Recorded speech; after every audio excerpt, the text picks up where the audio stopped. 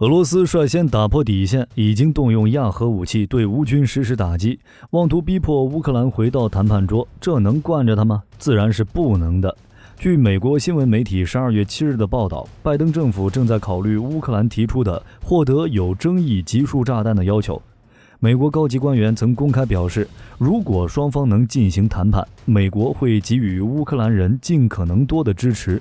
以使乌克兰在与俄罗斯的谈判中占据上风。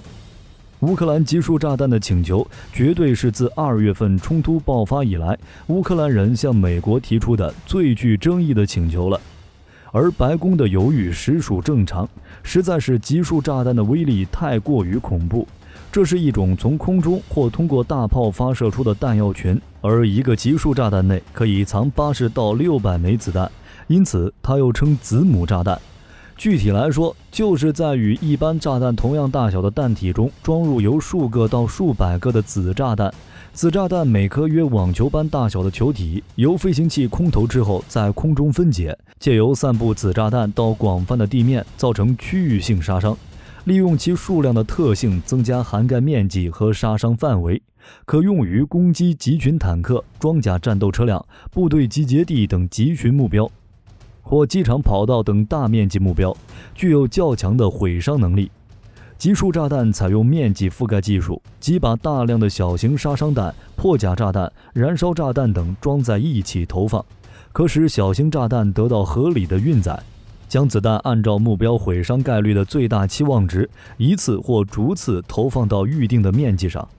集束炸弹投弹后，根据定距引信所控制的工作时间，它们可在空中预定高度散开或抛出子炸弹。当子炸弹撞击目标时，激发引爆，形成一定的散布面积，杀伤敌方有生力量和破坏各种技术兵器。使用子母弹箱和集束弹架，使子炸弹运输更合理，大大提高了轰炸效率。第一枚集束炸弹首先由德国在第2次世界大战中使用，当时经常被称作蝴蝶炸弹。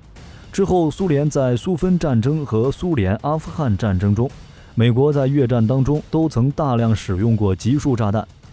炸弹爆炸之处宛如人间地狱，均导致大量人员伤亡。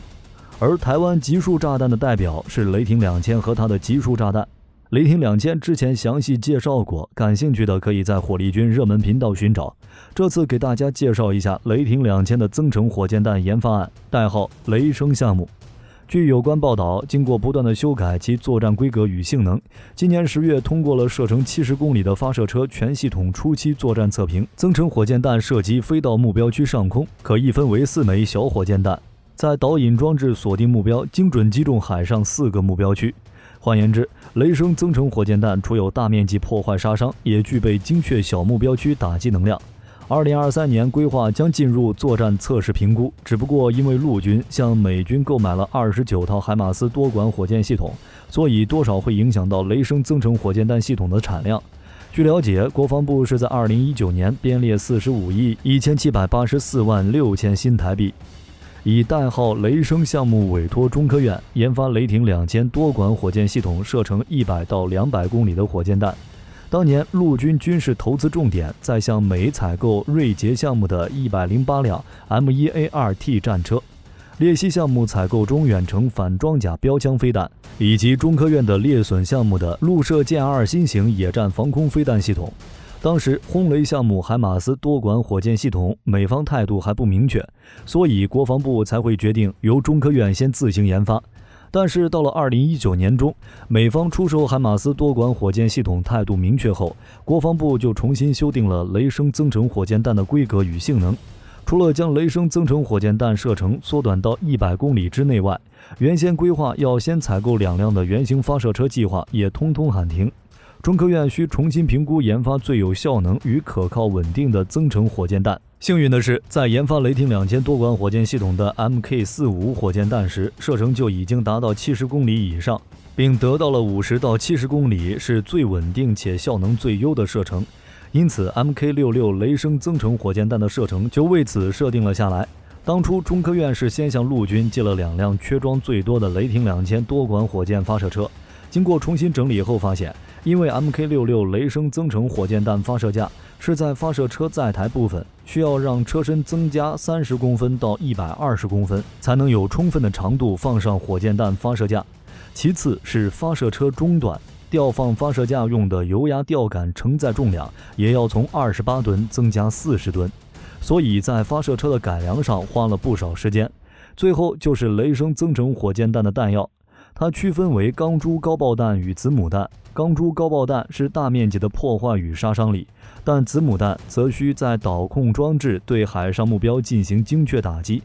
上半年进行发射车的全系统初期作战测评时，因子母弹射击飞行到目标区上空时，弹体内4个小火箭弹分开后，却未能精确摧毁目标区内特定目标，所以那次验测被判定未过关。之后，项目小组人员正就小火箭弹内导控装置再次进行修正，终于在10月通过了初期的作战测评。而有消息透露说，2023年上半年雷声增程火箭弹会进行最后的作战测试评估，若顺利通过所有的作战测评，陆军才会依作战的需求评估其量产系统的数量，届时台湾的力量必然会再上一个档次。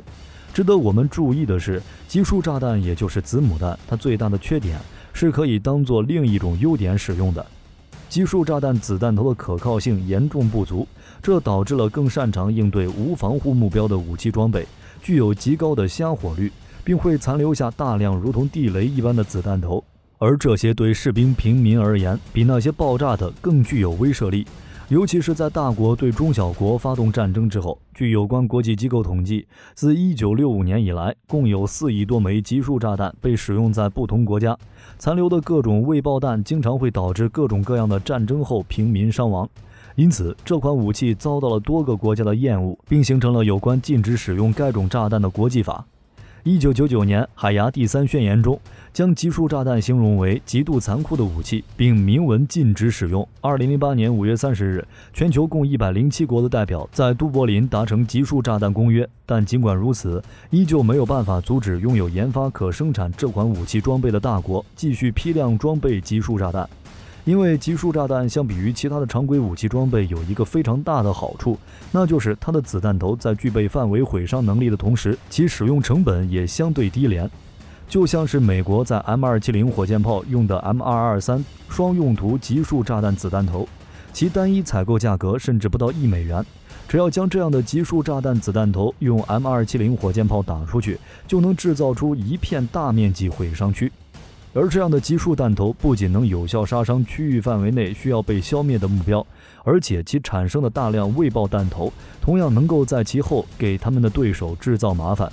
这对于那些能够生产并且应用这款武器装备的国家而言，像是集束弹头这样的武器在某些特定范围内所产生的杀伤效能，甚至比更为昂贵的高精度制导武器还要厉害。因此，若是乌克兰能得到集束炸弹的援助，就可以解决2大问题。一个是乌克兰武器库问题。乌克兰在收复赫尔松经历了巴赫穆特绞肉机之战后，武器库正在以极快的速度缩减，但若能获得集束炸弹的援助，加上集束炸弹的子弹头又十分廉价，乌克兰就能对美国等西方国提供的常规火炮和多管火箭炮系统所用的弹药提出更多要求。若按照构成集束炸弹的小炸弹用途不同，可分为杀伤子炸弹、反装甲子炸弹、反跑道子炸弹等多种。若按照级数的方式不同，可分为2种级数炸弹，一种是捆扎式的，把多颗小炸弹按一定排列捆在一起，挂在机翼或机身下；另一种是弹箱式的，即把许多小炸弹装在一个弹箱内，其弹箱又可以继续分为一次性和多次重复性。一次使用的弹箱从飞机上投下后，降至一定高度，在空爆装药作用下解体，抛洒出子炸弹。多次使用的弹箱不抛下，子炸弹从弹箱抛出，飞机返航后可于弹箱中重新装弹。相比昂贵的高精确度制导武器，集束炸弹低廉且实用，适用于对大规模敌人的轰炸。另一个就是能极大缩小与俄军在火炮数量方面的优势，至少不再需俄军的500公斤级的温压弹了，如美国的石眼2、法国的贝卢加、英国的 BL、德国的 MW1 多用途武器等，这些都是集束炸弹的型号。而针对这一特殊的援助请求，拜登政府并没有将这一选项作为最后手段的可能性排除在外。假如乌克兰弹药库存减少到危险程度的话，说不定就会选择支援。但也有消息人士说，这一提议尚未得到太多的考虑，因为一旦选择支援，美国遭到俄罗斯报复的可能性就会无限增大，而且美国国会对美国转让集束炸弹的能力设置了法定限制。总之，援助集束炸弹这种毁灭性武器，美国必将慎之又慎。当然，若选择援助，至少能减轻很大一部分美国援助压力。近几十年来，西方国家普遍青睐尖端武器，但乌克兰危机凸显了常规装备的重要性。在战争最密集阶段，俄军和乌军每日分别发射6万和2万多发炮弹。自危机爆发以来，美军已向乌军交付了超过100万发炮弹，近5万枚反坦克导弹，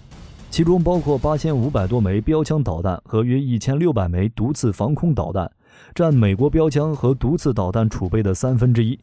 而激烈的战场消耗暴露出美军工制造业的不足。有媒体报道称，美国每年生产的155毫米炮弹约为8万发，仅够俄乌冲突2周的战斗消耗。一名美国国防部官员说，由于美国大量从库存中抽调155毫米炮弹援助乌克兰，现在美军的相关炮弹库存低得令人不安。至于海马斯等重型装备，美国的交付速度更慢。为此，美国近期签订了多笔大型武器生产合同，补充库存。五角大楼更是已经提出各种设想，包括优化采购流程、引进更多的商业公司、与现有的军工复合体展开竞争等，就是为了解决当前美国军工制造能力低下所带来的一系列问题。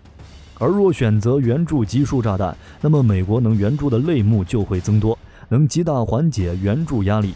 同时，那些躲在仓库角落吃灰的集束炸弹也能发挥作用，一举两得。另外，美国国防部长奥斯汀也表示，自危机以来，美国已向乌克兰提供200-300亿美元的军事援助，但只要有必要，美国仍将继续帮助乌克兰。如今，尽管有许多国家希望通过达成集束炸弹公约的方式，逼迫那些具备研发和生产集束炸弹能力的国家尽快停止使用这种对于他们来说很不人道的大规模杀伤性常规武器，但条约对于真正能够研发和生产这款武器的国家来说，并不具备任何的约束能力。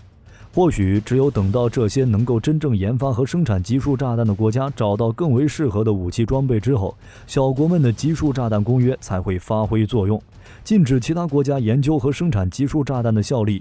所以在接下来很长一段时间里，能够研发和生产集束炸弹的国家依旧会大批量使用这款武器装备，直到有作战效能相比于集束炸弹更为出色的武器装备出现之后，这款武器才会被淘汰或者废弃。好了，关于美国是否会援助集束炸弹，大家还有什么想要补充的？欢迎在评论区留下你的看法，我们一起讨论。本期视频内容就到这里，我们下期再见。